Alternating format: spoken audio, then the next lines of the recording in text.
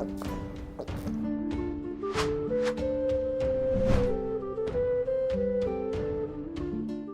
Moin, hallo und herzlich willkommen zu einem neuen Video hier auf meinem Kanal. Heute gibt es hier eine Runde Shakes and Fidget.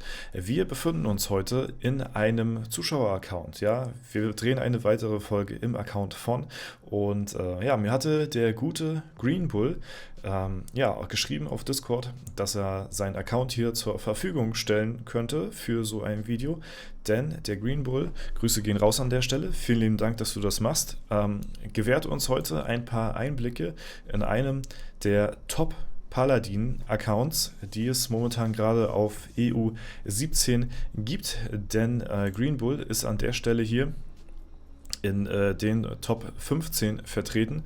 Ja, ich würde mal sagen, mal weiter, mal weniger weit oben, aber es ist auf jeden Fall eine sehr erachtliche Leistung, sag ich mal so, dass er bei so einem starken Klientel, wie es hier auf dem Server halt eben vertreten ist, sich hier so weit oben hält. Und ja, das resultiert natürlich auch in einer gewissen Art und Weise an den Ausgaben, die hier Green Bull jetzt auch schon getätigt hatte.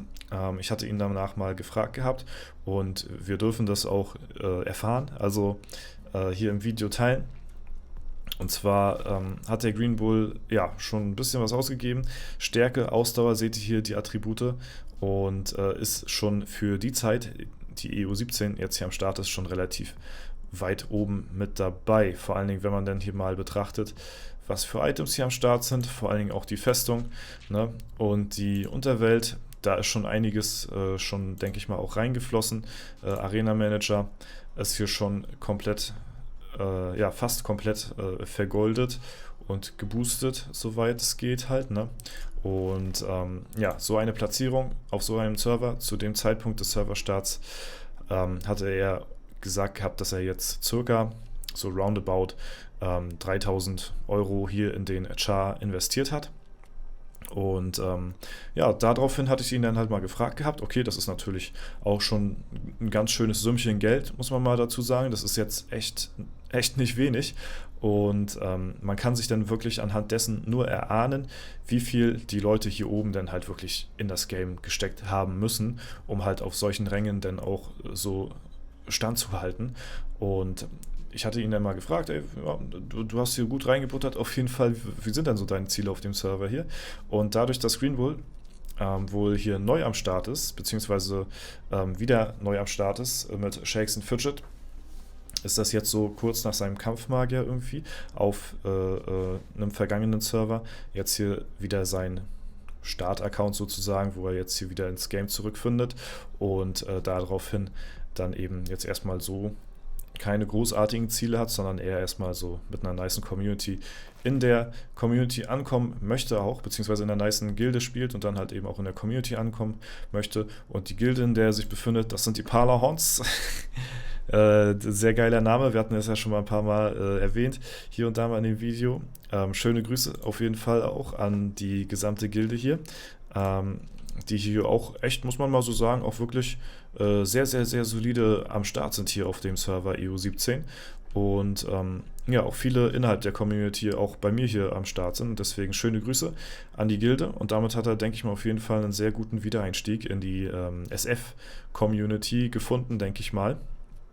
Und ja, wünsche hier dem ja, guten Kollegen sehr viel Erfolg weiterhin auf dem Server.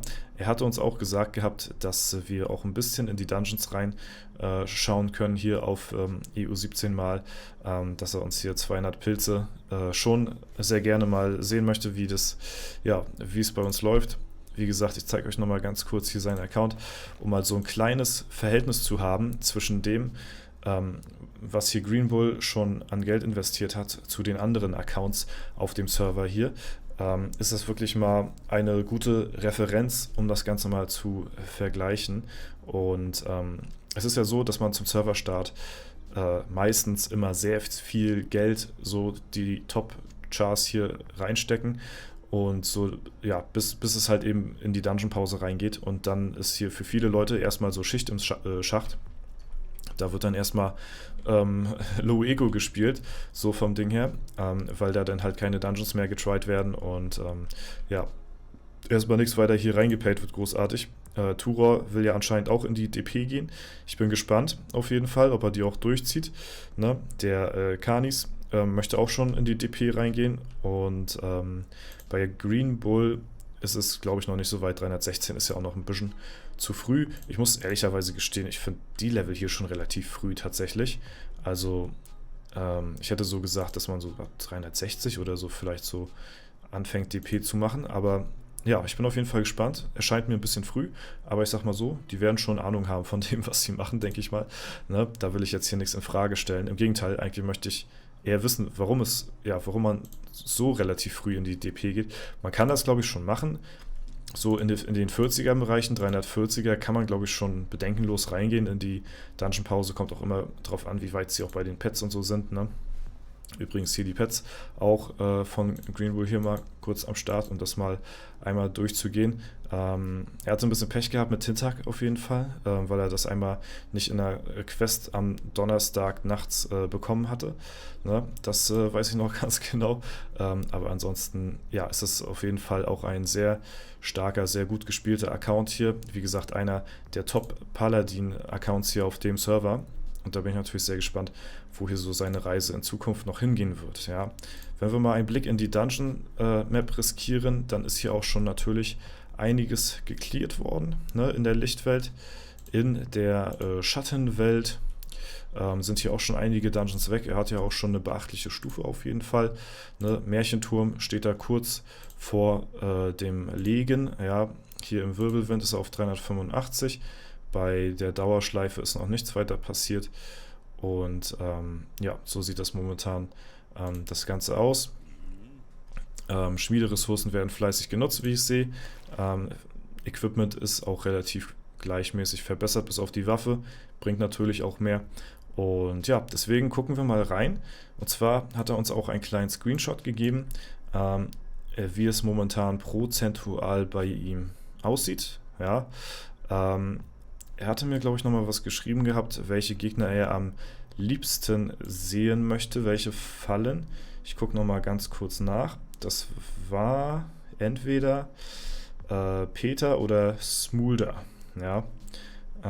Deswegen, Peter hat auf jeden Fall eine etwas geringere Chance hier. Und der Smulder wäre jetzt ein bisschen weiter oben von den prozentualen Bedingungen her. Deswegen es ist ja beides in der Lichtwelt. Da können wir natürlich mal reinschauen. Ja, mal gucken. Warte mal, welche waren das denn nochmal hier? Peter? Peter ist, glaube ich, hier oben, ne? Ja, genau. Peter aus dem Playa Headquarter. Das bringt natürlich gut XP auf jeden Fall. Und dann haben wir hier bei Hemoridor. Stimmt, bei Hemoridor haben wir hier den Schmauch. Ja, wir haben 5270 Pilze, also auf 5070 können wir mal runtergehen und gucken uns das Ganze mal an. Das Ding ist, wir haben hier einen Magier und hier haben wir einen Krieger. Und gegen den Krieger würde ich tatsächlich auch ganz gerne mal als Paladin so ein paar coole Fights sehen wollen. Ich weiß nicht, ob er sich ein paar Fights abgespeichert hat. Nee, leider nicht. Ja, das ist schade.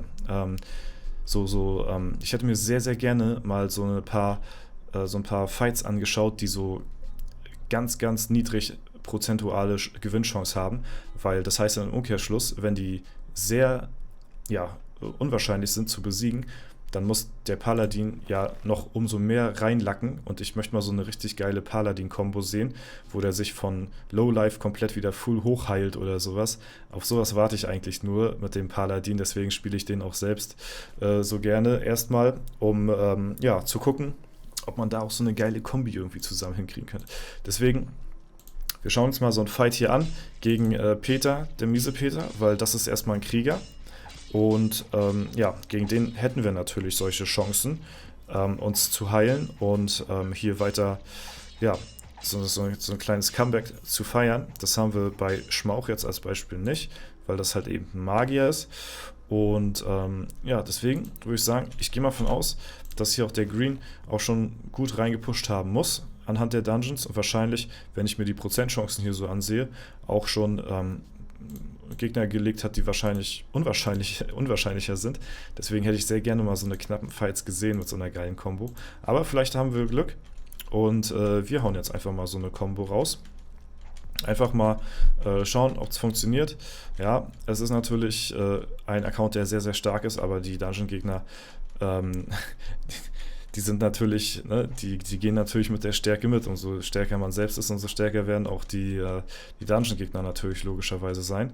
Und ja, vielleicht haben wir Glück, vielleicht auch nicht. Wir ja, ballern mal ein paar Pilze in Peter rein und dann vielleicht auch noch ein paar Pilze in Schmauch. Ich glaube, der Schmauch, ja, eigentlich wäre es klüger, da reinzugehen, weil der nochmal ein bisschen höhere Gewinnchancen hat als der Peter hier zum Beispiel. Ne? Deswegen, ja, ist es eigentlich nicht so schlau, jetzt hier so direkt reinzupilzen. Man könnte es nochmal hier versuchen, ja. Aber hier haben wir halt eben einen Magier vor uns, der uns natürlich hier auch nicht so leicht vorbeilassen möchte. Und hier können wir halt eben nicht von unseren Fähigkeiten profitieren. Oh, also die Fights sind auf jeden Fall hier schon hier und da mal knapper. Ich weiß nicht, wir können ja auch mal so einen Arena-Fight machen. Ich denke mal, da wird er nichts dagegen haben. Er hat hier heute schon 2 von 10 gemacht. Deswegen, ja, wen nehmen wir da? Ich glaube, er ist hiermit am wahrscheinlichsten, dass wir ihn legen können. Ist krass, wie weit Jurik schon ist. Dann gucken wir mal hier rein. Ja, gucken wir uns mal so einen Paladin gegen Paladin-Fight an. Ich muss sagen, das finde ich sogar noch ein Stück weit spannender als die Dungeon-Fights, weil wir hier halt wirklich jetzt einen sehr starken Paladin gegen einen sehr starken Paladin sehen. Und das konnte ich bisher noch nicht zeigen auf meinem Kanal. Solche, ja, Mid-Game-Paladin-Fights, weil ich ja noch sehr weit im Early-Game bin mit dem Paladin. Und hier haben wir halt eben die Chance, gegen auch sehr weit oben platzierte Paladine zu kämpfen. Ja, und dann haben wir halt eben so einen Top-Paladin gegen Top-Paladin-Fight in der Arena. Und das finde ich eigentlich sehr, sehr spannend, muss ich sagen. Deswegen, ich hoffe mal, das ist in Ordnung, dass wir hier uns mal so ein paar Gegner raussuchen und einfach mal die Dailies machen. Das finde ich nämlich tatsächlich ziemlich interessant, weil Paladin gegen Paladin ist natürlich, ja, das kann natürlich sich auch ein bisschen ziehen von der Zeit her. Und ich glaube, solche Battles, ich meine, Dungeon-Gegner und so, das seht ihr bei mir jeden Tag so gefühlt, ne? Aber so sowas hier, das kann ich euch halt nicht wieder zeigen, so schnell mal, weil ich halt niemals in diese Bereiche, schade, hinkommen werde mit meinem Paladin. Und deswegen finde ich das hier gerade tatsächlich noch ein Stück weit interessanter als ja, die Dungeon Fights. Wir gucken danach auch noch mal kurz in die Dungeons rein, aber jetzt würde ich echt sehr gerne mal diese Paladin Fights genießen. Weil das ist wirklich schon, wirklich, finde ich persönlich, was ganz Besonderes hier. Und das können wir halt eben nur beobachten, wenn wir halt eben auch in so einem Top-Paladin-Account drin sind. Deswegen schauen wir mal. Vielleicht haben wir Glück und wir sehen hier so eine krasse Combo. Hier kann es natürlich auch vom Gegner sein, dass die Combo dann ja, sehr, sehr krass ist und nicht von uns selbst. So oder so, ich würde beides sehr gerne begrüßen. Natürlich von uns halt lieber als vom Gegner, ne? Aber ja, sowas zum Beispiel hier, wenn sich gegenseitig so die Heal-Schilde zugeschmissen werden, das ist schon sehr cool. Und ich glaube, der Paladin als Klasse wird, glaube ich, auch tatsächlich eher im Late-Game sehr interessant werden. Ja, weil die Klasse halt ultra tanky ist auch, ne? Und im PvP könnte das wirklich einen interessanten Aspekt ausmachen. Ich suche mir mal hier absichtlich so die schwächsten Gegner raus. Es ist auch verrückt, dass es halt wirklich alles Paladine sind hier, ne? Oder zu 90%, sag ich mal. Weiter unten in der Ehrenhalle vermischt sich das noch ein bisschen mehr, aber in den Top-Rängen hier hat man wirklich, ja, 80-90% wirklich nur Paladine um sich rum. Deswegen haben wir hier halt auch fast immer die Möglichkeit, so ein Mirror-Matchup begutachten zu können. Ja. Okay, jetzt müssen wir nochmal hier hin. Er hielt sich hoch, schade. Jetzt vielleicht wir nochmal mit ein bisschen Glück. Boah, interessant. Sehr abwechslungsreiche Kämpfe in dem Sinne, weil es halt ein, ja, Schlag auf Schlag Abtausch hier ist zwischen den Fights. Sehr, sehr cool, das Ganze mal hier so zu sehen, ja. Das freut mich, weil, wie gesagt, man selbst kommt ja niemals so, ne? Und das ist halt das Coole an diesen Videoprojekten, sag ich mal, im Account von, dass man halt eben, ja, mal Einblicke bekommt, die man sonst nicht so bekommt, ja? Und das finde ich sehr, sehr geil. Boah, boah, Alter, da hat er aber fast nochmal das Ruder hier rumgerissen, ne? Muss man mal so sagen. Okay, wir haben hier Turov, wir können gegen Turov. Guckt euch mal, also da sieht man wirklich nochmal jetzt im Vergleich, was das wirklich hier, ne, was das wirklich für ein Stat-Unterschied ist. Ich finde in der Arena das nochmal sehr, sehr deutlich zwischen den einzelnen Personen. Und dazu muss man sagen, dass wahrscheinlich hier der Pope und Jurik ja auch, ne? Jurik ist so ein krasser Spieler, die werden wahrscheinlich auch nicht wenig Geld drin haben hier in dem Accounts, dass die hier so weit oben sind. Und dann hat man einfach hier so ein, ja, das ist halt einfach krass, ne? Also gegen Tura haben wir natürlich keine Chance, aber ich würde einfach mal so gegen Tura spielen wollen, muss ich sagen, hier um zu gucken, was wir machen. Wir werden wahrscheinlich verlieren, definitiv, aber einfach mal so, um das im Video hier gesehen zu haben, ja, kämpfen wir einfach mal gegen Tura. Alter, wir machen mal auf halbe Geschwindigkeit und gucken uns das Ganze mal an. Klar wird er uns von vorne bis hinten so wegracken, so, das ist ganz klar. Aber dann kann man sagen, ey, wir haben mal gegen Tura gezockt hier. Ja, in einem Bereich, wo wir sonst eh nie hinkommen, dass uns Tura überhaupt vorgeschlagen wird. Hier in der Arena ist schon krass. Und dann guckt man sich das mal an, ne? Boah, heftig, Alter. Heftig, heftig. Das ist schon krass. Hier Kanis genauso, ne? Alles genauso krass. Das ist natürlich genauso krass so. Da gibt es ja fast keinen Unterschied von den Stats her. Die sind beide sehr weit oben und dementsprechend macht das kaum einen Unterschied aus. Ist natürlich klar gewesen, dass wir hier verlieren. So, gegen den werden wir gewinnen. Finde ich krass, dass der hier jetzt uns vorgeschlagen worden ist. Von den Statpunkten ganz, ganz weit ab vom Schuss irgendwie. Ja, und hier haben wir wieder ihn. Ne, gegen den hätten wir gerade kämpfen können. Dann haben wir uns für Tura entschieden. Das würde ich sagen, der ist so auf Augenhöhe. Er ist ein bisschen stärker als wir von den Statpunkten her. Ja. Aber wie gesagt, das hat nicht so viel zu sagen, denn wenn wir Glück haben mit unseren Kombos hier, dann können wir tatsächlich mehr rausholen. Es ist halt einfach ein bisschen auch glücksbasiert und wir haben ihn sogar geschlagen. Obwohl er stärker ist als wir, haben wir das Glück auf unserer Seite gehabt und besser mit unseren Kombinationen, mit unseren Fähigkeiten arbeiten können. Und ja, jetzt gehen wir nochmal in den letzten Fight rein. Der hier ist am schwächsten. Ja, der am zweitschwächsten, aber weil ich ein faires Battle sehen möchte, nehme ich jetzt von den dreien einfach mal den stärksten und der ist auch ein bisschen schwächer sogar noch als wir. Ja, wo wir jetzt ja gerade gesehen haben, okay, das hat nicht unbedingt was zu sagen. Und es ist krass, wenn wir das mal auf normale Geschwindigkeit laufen lassen, wie lange wahrscheinlich hier so ein Battle dauern wird. Sonst waren ja immer die Krieger gewesen, die am meisten oder am längsten immer so gebraucht haben, bis sie mit ihren Fight fertig sind. Jetzt sind es, glaube ich, die Paladine, weil die ja sich dann auch noch so zusätzlich healen können und sowas denn.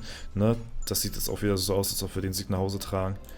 Sehr schön, dann haben wir das Ganze auch nochmal gesehen. Dann gehen wir nochmal kurz in den Dungeon rein, schauen uns hier nochmal Schmauch an. Ja, machen wir ein paar Dungeon-Fights vielleicht. Oh mein Gott, habt ihr das gerade gesehen? Muss man mal nochmal zurückspulen irgendwie. Das war, glaube ich, gerade eine Schamhaaresbreite, dass wir den hier fast besiegt haben. Das wäre natürlich cool, wenn wir jetzt in seinen Account hier nochmal einen Dungeon besiegen könnten. Ne? Und ja, mal gucken, ob das Glück hier auch auf unserer Seite ist zum Abschluss des Videos. Aber das war jetzt für mich persönlich mein Highlight gewesen, die Arena-Kämpfe. Die habe ich jetzt ja sehr gefühlt, muss ich sagen. So eine Top-PvP-Paladin-Matchups zu sehen. Mal in den Genuss zu kommen, sehr, sehr cool. Deswegen vielen lieben Dank auch hier nochmal an Green Bull für das Vertrauen, in seinen Account zu gehen. Oh, und wir haben ihn sogar. Was? Wir haben Schmauch besiegt. Nein. Oh, da wird er sich aber freuen. Geil. Herr Moridor mit 0,44 können wir damit streichen, ja? Sehr geil. Sehr, sehr geil. Schöne Sache. Wir können ihn ja mal speichern hier. Ne? Ich speichere mal den Kampf. Dann kann er sich den nochmal im Nachhinein anschauen. Und dann, ja, haben wir hier die Nazguls oder vielleicht auch Nazgüle, man weiß es nicht. Dann können wir nochmal Ja, den Tower machen wir mal nicht, das lassen wir mal für ihn, denn das sind jetzt die letzten zwei. Gehen wir nochmal ins Playa Hauptquartier, versuchen wir es da nochmal. Vielleicht haben wir ja Glück und wir kriegen so eine krasse Combo hin, aber der Gegner ist natürlich jetzt nochmal ein bisschen schwieriger als den wir jetzt gerade nochmal besiegt haben. Ich denke mal, das ist jetzt schon, ja, trotzdem ein guter Abschluss für die Folge hier, dass wir hier überhaupt einen Gegner besiegt haben mit den Prozentchancen. Das ist ja nun wirklich jetzt nicht so hoch, sag ich mal. Ne? Also so wahrscheinlich fahren die Gegner jetzt auch nicht mit 0,5. Ne? Das muss man mal dazu sagen. Und ja, auf wie viel Pilzen waren wir? Ich glaube auf 5270, glaube ich. Ne? Ja, dann müssen wir auf 5070, war es glaube ich gewesen, runter. Ja, dann haben wir hier 200 Pilze ausgegeben für die Folge, ne, um mal zu gucken, ob wir hier Glück haben mit den Gegnern oder nicht. Ein paar Fights haben wir ja jetzt auch in die Arena gesteckt, ne, oder ein paar Pilze, um das zu skippen. Aber ich denke mal, das ist mehr als in Ordnung, um das mal so gesehen zu haben, live auf Band hier. Boah, aber auch schon starke Tries dabei, muss man auch schon dazu sagen, ne? Aber auch wirklich Tries, also der Paladin ist auch wirklich manchmal ein bisschen random, muss man auch mal dazu sagen. Auch wenn der relativ konstant sein kann, weil er halt so viel Leben hat und so und vom Grundschaden her nicht so viel macht jetzt, wie zum Beispiel der Krieger, durch seine Fähigkeiten, kann er dann doch schon mal das Ruder gut rumreißen. Ja, und der letzte Fight, den lassen wir nochmal auf Speed durchlaufen. Aber ja, es waren gute Tries dabei hier. Aber ich denke mal, das wäre jetzt noch ein bisschen zu teuer. Der macht auch echt gut Schaden, ne, muss man dazu sagen. Das heißt, wir müssen darauf spekulieren, dass wir mit unserem Schild gut gegenheilen können, wenn er halt Damage macht, ne, dementsprechend. Und ja, das aber erstmal soweit dazu, zu Green Bull hier. Ich denke mal, wir haben da einen schönen kleinen Einblick bekommen von einem Top-Paladin, der jetzt sogar hier auf einer Platz 10 Platzierung ist. Und das ist doch ganz nice in den Top 10. Ne, ich denke mal, es ist vielleicht sogar noch ein bisschen möglich, bisschen mehr rauszuholen. Ich weiß nicht, vielleicht auch denn doch nicht. Die Statpunkte sind hier dann doch schon sehr viel besser, würde ich sagen. Wir selbst sind bei 17, 16 und dann gehören wir auch hier, gegen ihn könnten wir noch, also wir könnten auf jeden Fall noch weiter in die Top 10, aber dann in dem Bereich gehört er dann auch schon, würde ich sagen, definitiv hin von den Stats her. Ja, wenn man mal hier ein bisschen weiter runter geht, ja, ich weiß nicht, ob sich Leute gerade droppen lassen oder nicht, dann gehört er von den Stats auf jeden Fall, würde ich sagen, definitiv in die Top 10. Ne? Also nicht Platz 15, wo wir am Anfang der Folge waren, sondern eher in die Top 10 irgendwie so. Ne? Ich glaube, hier steht er ganz gut auf Platz 10. Jo, und das soll es soweit für die Folge gewesen sein. Ich bedanke mich auf jeden Fall nochmal bei Green Bull. Schöne Grüße auch an die Parla Horns hier an der Stelle. Ja. Und das war es soweit. Ja, falls ihr auch irgendwie einen Account haben solltet, wo ihr sagt, okay, der ist außergewöhnlich, das wäre auf jeden Fall ein Video wert. Ihr einen Top-Account auf irgendeinem Server besitzt oder wie gesagt irgendeinen Projekt-Account habt, der sehr, sehr cool ist, dann schreibt mir auf jeden Fall auf Discord oder auf Instagram. Das sind so die Plattformen, wo ich am meisten erreichbar bin, würde ich sagen. Und ja, dann connecten wir uns und dann können wir mal vielleicht auch in Zukunft eine neue Folge im Account von machen. Finde ich immer sehr, sehr geil. Gefällt euch auch meistens immer sehr gut. Deswegen vielen lieben Dank auf jeden Fall. Schöne Grüße an Green Bull und ja, danke für das Video. Ich wünsche euch noch einen super schönen Tag. Hat Spaß gemacht. Danke fürs Zuschauen. Haut rein und bis zum nächsten Mal.